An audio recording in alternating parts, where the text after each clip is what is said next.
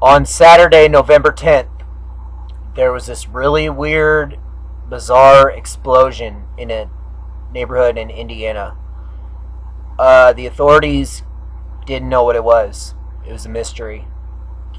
This led to speculation of all kinds, from anywhere from a UFO crash landing to a drone strike to a conventional explosive device.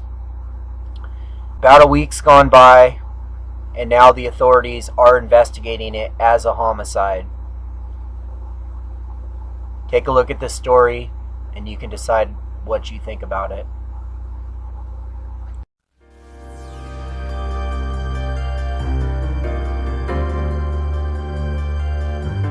Here are some of the first images live from Chopper 13 HD of the destruction at the neighborhood there on the south side.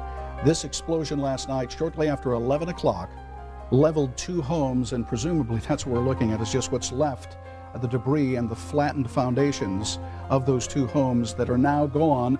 There has been serious damage to the adjacent homes. We understand 2 of the homes nearby have burned, and then as many as 24 homes in this subdivision are damaged. Everything from the home actually being lifted off its foundation to a broken window. We're hearing reports of throughout the neighborhood as you drive through, it looks like garage doors have been punched in with a large fist, and many of the garage doors have been knocked off their hinges. And one thing that you should note, you do not see many people there in that neighborhood, and that's because police, firefighters, investigators, Homeland Security, ATF, all keeping everyone out of that neighborhood. We're talking about 200 people that have been evacuated from their homes.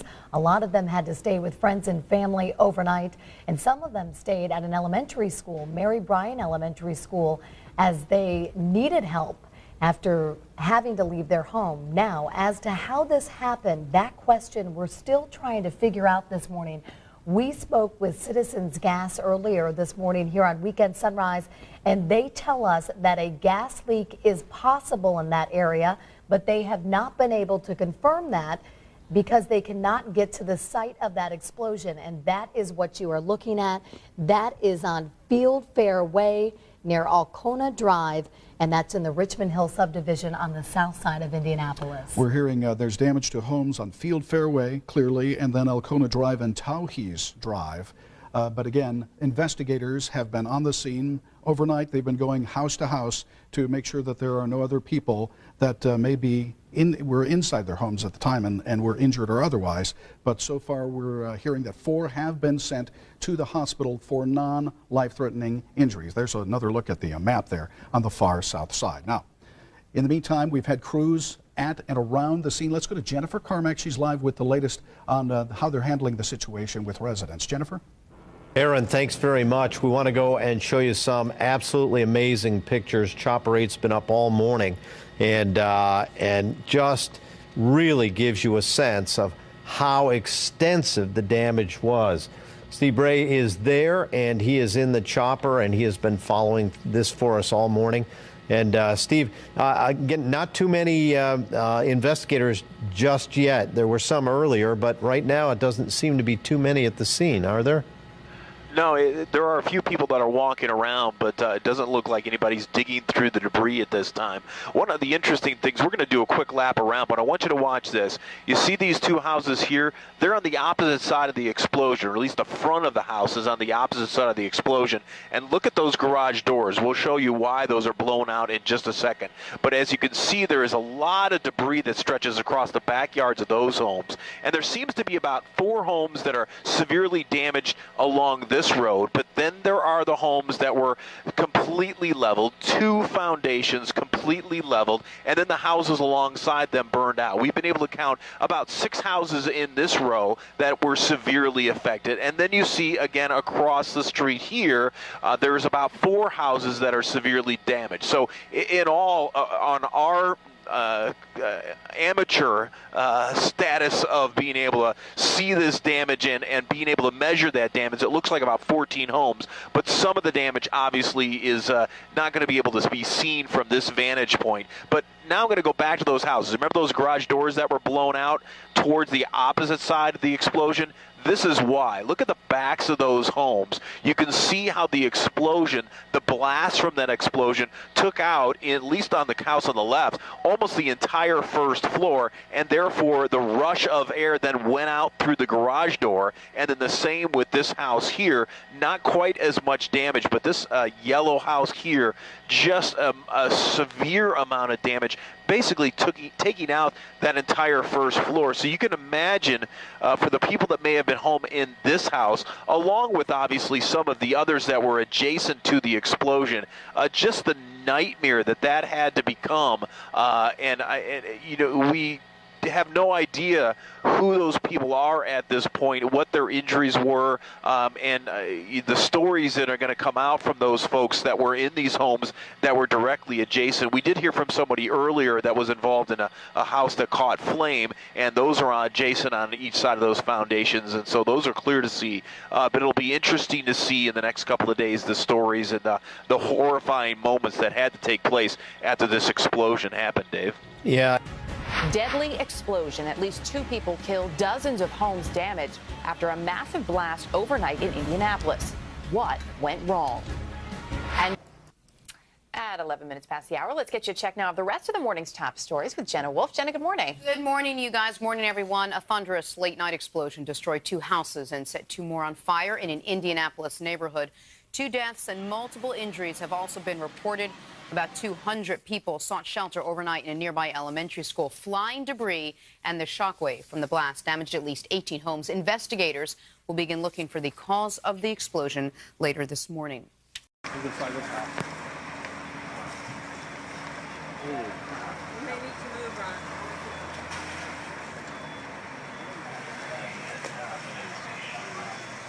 it is. Coming in this way, Ron. Get the hose. All right. All right. I know. It's just the worst thing I could have ever imagined. We want to show you some of the pictures that you sent us through our reported feature. That's on wishtv.com. And just look at these, that also through our smartphone app. You can really see how devastating the explosion is. And I'll just let you thumb through a few of these. And as you look at them, keep in mind, we'd love to see any pictures that you had on this or any other breaking news stories. Just go to the reported feature on our wishtv.com webpage. It's right on the first page there. And you can see all these pictures, and they are amazing to look at. Firefighters say the damage caused by the explosion is extensive, with debris and insulation scattered for several blocks. The 2 houses that exploded are destroyed, 18 others damaged. Windows were blown out, bricks were pushed out of their foundations, and garage doors buckled. There were 2 houses that exploded. The houses on each house on either side of them had extensive damage, and there were fires. They are not completely gone. There is still structure standing there. The 2 original houses, there is nothing standing. All gas and power has been cut off to the area. Now, because of the ongoing investigation and for safety reasons, as Walter was showing us this morning, families not being allowed to return to their homes just yet. The latest in the Southside disaster, investigators working to pinpoint the cause of the explosion this week. Meanwhile, we're getting new perspectives on the chaos and response from that night. Fox 59's Russ McQuaid is on the South Side now with the latest. Russ? And Eva, the first thing I have to tell you is Fox 59 News has learned that at 6 o'clock tonight at Southport Presbyterian Church, investigators will be meeting with residents of the Richmond Hill neighborhood. They'll be updating them on the investigation.